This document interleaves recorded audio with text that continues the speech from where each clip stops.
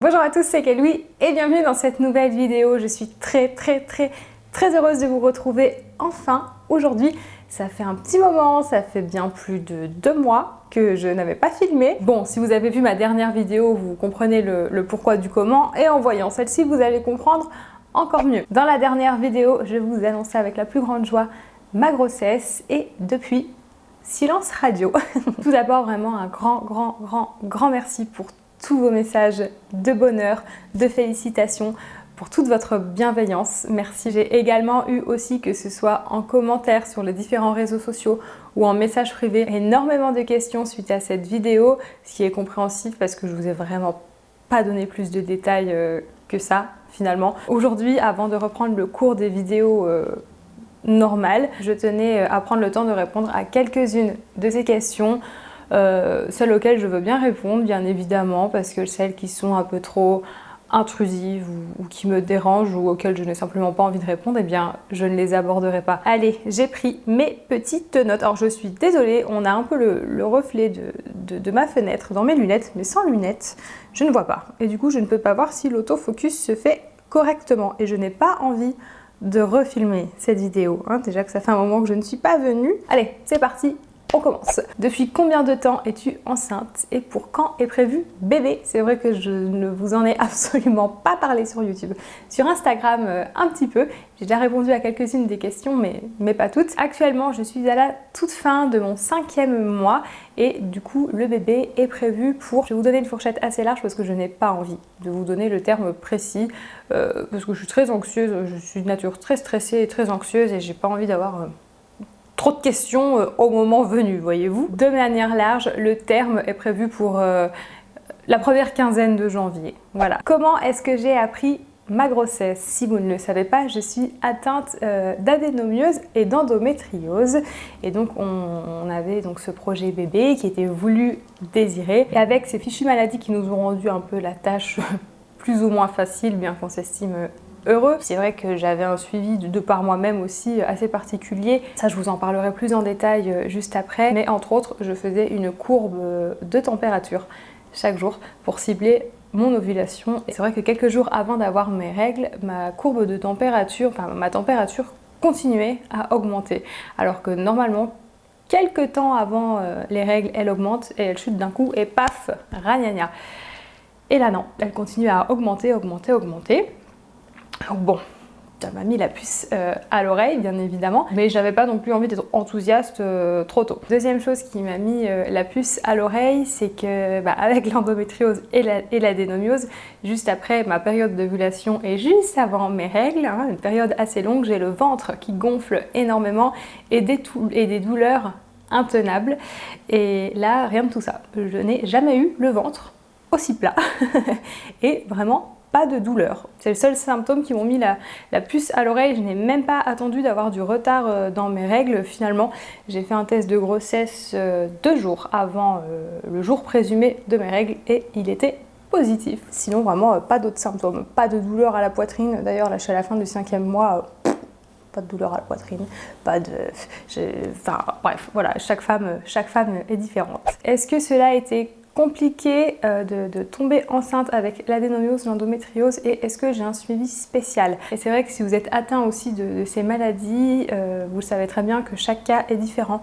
On a toutes des adhérences à des différents endroits et notre corps ne réagit pas forcément de la même manière, donc c'est assez délicat de parler de ça. C'est vrai que ça fait du bien de retrouver des témoignages sur internet à ce sujet. Moi j'en ai beaucoup recherché également. Ça a été compliqué, oui, dans le sens où comme je n'avais plus de traitement, plus rien, c'était très douloureux. Chaque mois, chaque cycle était extrêmement douloureux parce que moi, les douleurs, je ne les avais pas que pendant les périodes de menstruation, malheureusement. C'était, je crois que j'avais en moyenne 5 voire 10 jours gros maximum par mois où j'étais à peu près tranquille, où c'était à peu près vivable. Sinon, c'était très compliqué. Donc j'ai des atteintes à l'utérus, à d'autres organes sur la gauche, des atteintes digestives également. Donc sans traitement, c'était très dur physiquement, très dur moralement. Finalement, ça n'a pas été si long que ça pour que ça fonctionne correctement.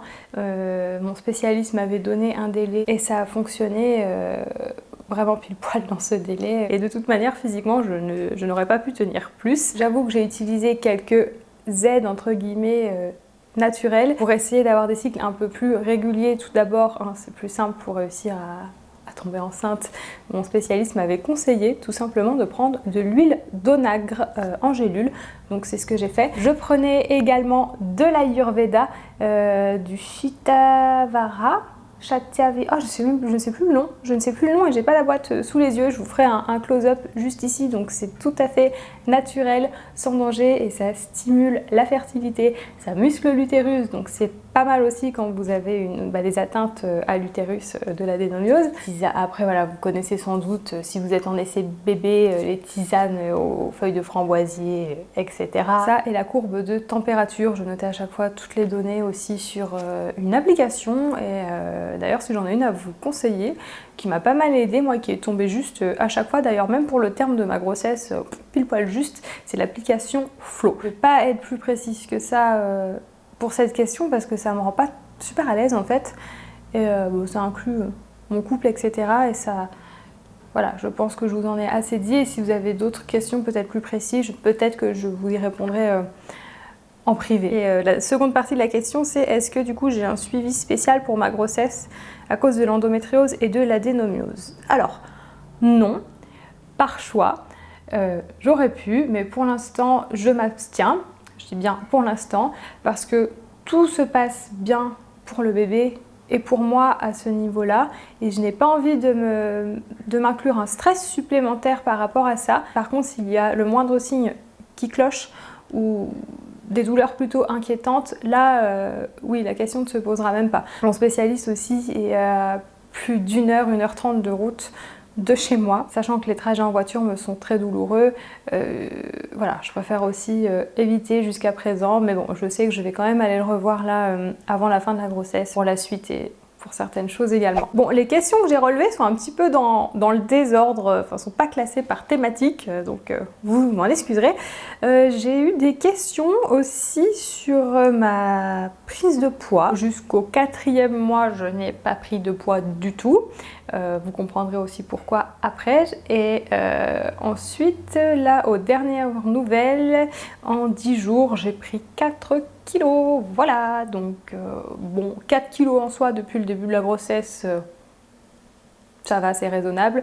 Par contre, 4 kilos en 10 jours, on m'a dit de faire attention, donc je vais faire attention. Est-ce que le papa a pu assister aux échographies? Alors oui.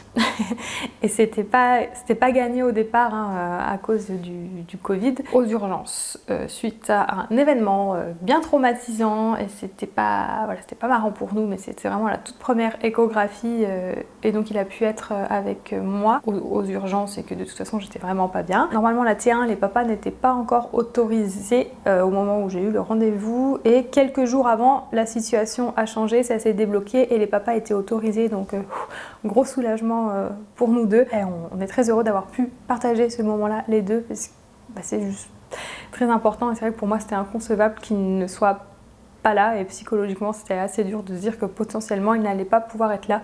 D'ailleurs je sais qu'il y a beaucoup de femmes qui n'ont pas pu avoir cette chance-ci et beaucoup de papas qui n'ont pas pu avoir cette chance-ci et je sais que ça doit être très dur. Et la T2, il a également pu être présent. Quels ont été tes symptômes au premier trimestre et au second trimestre, hein, du coup, parce que je suis en plein dedans.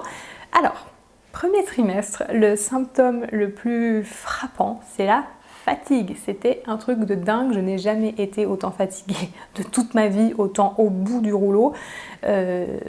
Voilà, en plus j'étais en télétravail et avec le corona, etc.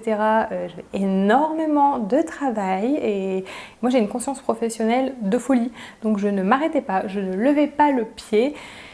Je regrette beaucoup maintenant, énormément de fatigue. Je me levais, je bossais et j'allais me recoucher ensuite. Je ne faisais rien d'autre. J'ai eu quelques nausées mais pas énormément non plus, hein. Ça m'a pas handicapée.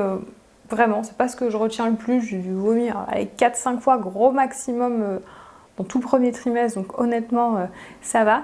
Et puis c'est tout, je crois. Le premier trimestre, vraiment, je trouve qu'il s'est bien passé. Ensuite, par contre, ça s'est corsé au second trimestre. Pourtant, j'avais entendu dire qu'au second trimestre, en général, on avait un regain d'énergie, que les symptômes commençaient à s'apaiser, etc. Alors, moi, j'avais hâte de ne plus être fatiguée. Pas du tout. Dès le début du 4e mois, c'était encore pire au niveau de la fatigue. Une fatigue extrême, mais extrême, un vrai zombie. Et ça commençait à m'atteindre aussi moralement, plus le stress de tout ce qui se passe autour, le stress aussi de devenir maman, le stress du travail. C'était très dur physiquement. Et psychologiquement même. Les nausées se sont complètement calmées. Par contre, est arrivé d'autres symptômes, l'hypotension, très basse tension, avec des grosses chutes de tension aussi dans la journée à n'importe quel moment. Donc je pense qu'aussi la chaleur n'a pas aidé, parce qu'il a vraiment fait très très chaud ces derniers temps. En carence également de fer, vraiment un état de faiblesse générale. J'étais couchée H24, je n'arrivais à rien faire. Malaise, vertige, je faisais aussi également des grosses crises digestives et j'avais beaucoup de contractions aussi. Les contractions se sont calmées avec le repos et l'éloignement du stress, ça a été bénéfique pour ça. Donc j'avais les grosses douleurs au ventre, en bas du dos, etc. Suivi des contractions et des grosses crises digestives. Dieu merci, ça s'est terminé. Cette partie du deuxième trimestre, c'était vraiment pas marrant parce que j'arrivais vraiment à rien faire. Là, ça commence à aller mieux depuis une semaine ou deux, mais il faut que je fasse très attention encore et que je limite mes activités. Donc mes journées ne sont absolument pas chargées et je m'écoute. Dès que je sens que ça va pas, je m'allonge. Et là, dernièrement, depuis cette semaine, je commence à avoir les petites remontées acides. Pour l'instant, c'est supportable, hein. On va voir la suite. Et de grosses douleurs au niveau de mes adhérences, surtout le côté gauche. Donc ça commence à me poser souci et c'est ce pourquoi je pense que je vais aller vite revoir mon spécialiste. Je crois que c'est tout au niveau des symptômes. Peut-être que j'en oublie. Une question aussi qui était beaucoup revenue et à laquelle j'ai répondu tout simplement sur Instagram en story il y a peu de temps. Est-ce que je connais le sexe du bébé? Bah oui, ça y est. Depuis le début de semaine à la T2, on a pu savoir et c'est un petit garçon. Comptes-tu montrer ton bébé dans les vidéos et sur les réseaux sociaux? Non, ça c'est une question qu'on ne se pose même pas et à laquelle il n'y a aucune hésitation. Ce n'est absolument pas dans notre façon de fonctionner et de voir les choses. Notre enfant n'apparaîtra pas en vidéo ou sur les réseaux sociaux et même sur mes réseaux privés. Je ne vais pas m'étaler sur le pourquoi du comment, chacun fait comme il veut et nous on ne veut absolument pas. D'ailleurs aussi à ce sujet, ma chaîne ne va pas s'orienter vers une chaîne grossesse, parentalité, etc. Je vais faire de temps en temps des vidéos sur la grossesse parce que je suis en plein dedans et que ça me fait plaisir de partager certaines choses avec vous. Prochainement, je vais également vous partager ma routine cheveux, visage et corps spéciale grossesse. Et donc de temps en temps, je vais être amenée à en parler, ça c'est sûr. Mais ma chaîne ne va pas prendre non plus ce tournant. Donc, je vais continuer mes autres types de vidéos aussi. Et d'ailleurs, si ça vous intéresse de voir nos achats, trouvailles, puériculture, etc., préparation pour l'arrivée du bébé, n'hésitez pas à me le faire savoir en commentaire et peut-être que je vous montrerai tout ça de temps en temps sans être trop intrusif non plus. Et la dernière question concerne mon état d'esprit avec la période actuelle, donc le Covid, ou la Covid, on ne sait plus maintenant, et la grossesse. Écoutez, je pense que je suis et qu'on est comme tout le monde, on se pose plein de questions, on ne sait pas trop comment les choses vont continuer, si on nous dit la vérité surtout ou pas. Nous, de notre côté, tant qu'il n'y a pas assez de recul sur ce virus, on préfère faire attention, je respecte à fond tout ce qui est gestes barrières, etc. J'essaye de voir le moins de monde possible et que mon cercle proche. Et quand je les vois, je privilégie de les voir à l'extérieur ou alors en faisant hyper attention. Je pense même que je passe un peu même parfois peut-être pour une parano et une chiante auprès d'eux, mais j'en ai rien à faire. Je préfère faire attention, mieux vaut prévenir que guérir, bien évidemment. Je ne suis allée à aucun rassemblement depuis et je n'irai à aucun rassemblement d'ici d'ici la fin de ma grossesse. C'est juste logique pour moi et j'aimerais que ce soit aussi logique parfois pour les autres personnes qui nous entourent. Bon, après ça c'est une question de point de vue. Juste au moins de comprendre que les personnes un peu plus vulnérables veulent faire attention et n'ont pas besoin de se justifier pour cela. Je pense que vous me comprenez. Forcément, comme tout le monde, oui c'est pas marrant, oui il y a certaines sorties qu'on a envie de faire, des gens qu'on a envie de voir, etc. Mais voilà, on préfère faire attention que de revenir avec une saloperie et que tout se passe mal ou pas. Hein, on ne sait pas, on ne sait pas, donc prudence. C'en est tout pour cette petite vidéo où je réponds à vos questions quant à ma grossesse. J'espère que ça vous aura plu. On va se retrouver très prochainement pour normalement un vlog et également la vidéo sur ma routine de soins spéciale grossesse aussi. Alors spéciale grossesse mais aussi adaptée pour les peaux sensibles, réactives, pour également les personnes qui ne veulent pas utiliser d'huile essentielle. Voilà, sur ce je vais m'arrêter ici parce que j'ai beaucoup parlé.